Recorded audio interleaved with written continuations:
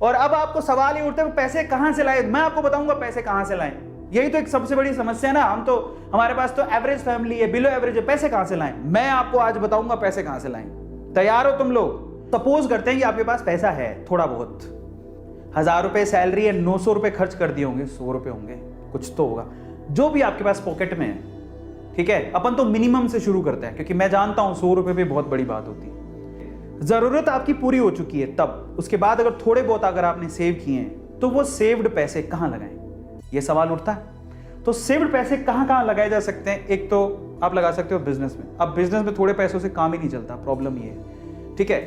अगर आपके पास पैसे हैं तो आप बिजनेस में लगाओगे, ये रिस्की बहुत ज्यादा है, लेकिन इसके रिटर्न का कोई मुकाबला ही नहीं है। अगर वो बिजनेस चल पड़ा तो इसके रिटर्न का कोई मुकाबला नहीं है। इसका मतलब बिजनेस सबसे ज्यादा प्रॉफिटेबल है अगर आपको अपने आप पे यकीन है और अगर आप हाई रिस्क उठाने को तैयार हो तो।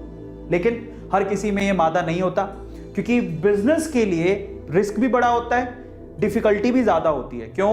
एक तो बिजनेस का आइडिया सेलेक्ट करो, फिर उसमें इन्वेस्टमेंट अच्छा खासा होता है, 100 रुपए से तो काम चलेगा नहीं। बिजनेस में रिस्क बहुत ज्यादा है, रिटर्न ज्यादा है तो रिस्क भी बहुत ज्यादा है, समझ रहे हो?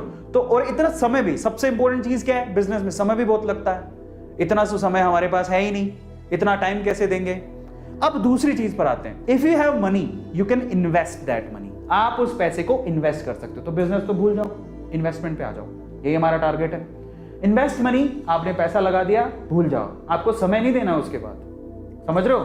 अब इन्वेस्टमेंट कहां कहां होती है जरा आप समझो। सबसे पहले तो इफ यू हैव मनी, अगर आपके पास एक्स्ट्रा अमाउंट है, आप क्या कर सकते हो? आप एफडी में डाल दो, आरडी में डाल दो, पीएफ में डाल दो। ये ऐसी चीजें हैं जिनमें सबसे कम रिस्क होता है, कोई रिस्क नहीं है, मतलब ना के बराबर रिस्क होता है।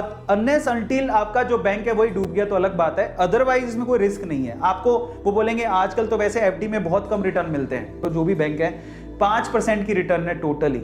जो पैसा दोगे उसका 5% साल भर में आपको रिटर्न मिलेगा, बहुत कम रिटर्न है। इससे ज्यादा तो इन्फ्लेशन है, इससे ज्यादा तो महंगाई हो चुकी है, तो वो रिटर्न ना के बराबर है। हाँ, इसमें लो रिस्क है, रिस्क फ्री है, लेकिन रिटर्न भी अच्छे नहीं मिलते हैं। एफडी आरडी से कुछ नहीं मिलता, ठीक है, बहुत कम रिटर्न्स होते हैं। इसके अलावा आप गोल्ड और प्रॉपर्टी में इन्वेस्ट कर सकते हो। अरे यार, गोल्ड और प्रॉपर्टी तक के पैसे होते तो बात ही क्या थी, हमारे पास इतने पैसे ही नहीं है। गोल्ड और प्रॉपर्टी की इन्वेस्टमेंट के साथ प्रॉब्लम ये है कि बहुत ज्यादा एक्सपेंसिव है। गोल्ड के लिए कहां से पैसा लाएं, इतना तो महंगा हो रखा है। प्रॉपर्टी के लिए कहां से पैसा लाएं, प्रॉपर्टी कोई आ जाएगी क्या 100 रुपए में? नहीं आएगी।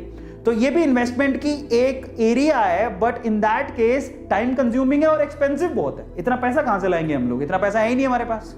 फिर तीसरा सेक्टर कौन सा है? Mutual fund. हाँ, ये अब आप आ गए हो शेयर मार्केट में। शेयर मार्केट में एक ये थोड़ा कम रिस्क वाला काम है। यहां पर शेयर मार्केट में इन्वेस्टमेंट हो रही है, बट म्यूचुअल फंड के थ्रू हो रही है।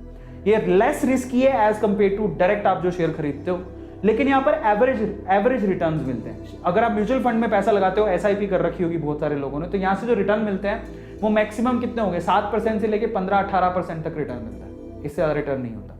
18% मिल गई तो वैसे बहुत बड़ी बात है, बट यहां पर इतना रिटर्न नहीं है। बट यहां पर आप थोड़े पैसों से भी काम चल सकता है। अगर आप 100 रुपए हो तो भी आप म्यूचुअल फंड में लगा सकते हो। लेकिन अगर वही 100 रुपया अगर आप में रिस्क टेकिंग कैपेबिलिटी है और अगर आप शेयर मार्केट में लगाते हो डायरेक्टली, तो यहां पर आपको रिटर्न भी अच्छे मिलते हैं।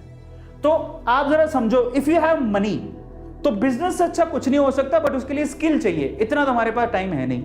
लेकिन इन्वेस्टमेंट के 4 तरीके हैं, 1 2 3 4। इसमें भी ये तो किसी काम का नहीं है, क्योंकि रिटर्न से ज्यादा तो पैसा बर्बाद हो रहा है। इसमें बहुत पैसा चाहिए, तो ये भी किसी काम का नहीं है। बचे 2, एक म्यूचुअल फंड जिसमें ज्यादा रिटर्न नहीं मिलते, लेकिन इसमें रिस्क ज्यादा है लेकिन रिटर्न बहुत अच्छा मिलता है अगर आपने ढंग से समझ के लगा लिया तो। Overall we are talking about investment, we are talking about share market directly.